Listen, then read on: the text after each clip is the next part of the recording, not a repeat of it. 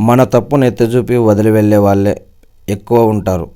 జీవితంలో తప్పు అని సరిదిద్ది తోడుగా నిలిచేవారు కొందరే ఉంటారు. మనసు మౌనం మధ్య బంధం చాలా గొప్పది. అందుకే మౌనాన్ని చదవాలంటే మనసు ఉండాలి.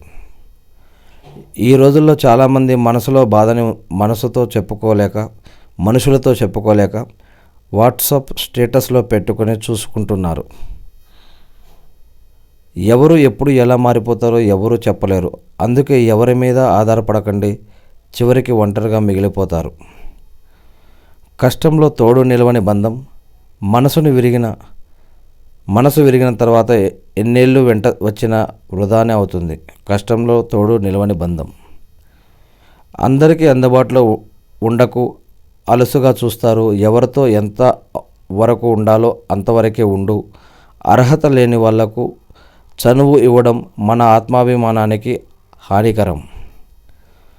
అక్షరాలు చదవాలంటే భాష రావాలేమో కానీ అంతరంగాన్ని చదవాలంటే అంటే మనసును చదవాలంటే అర్థం చేసుకునే మనసు ఉంటే చాలు.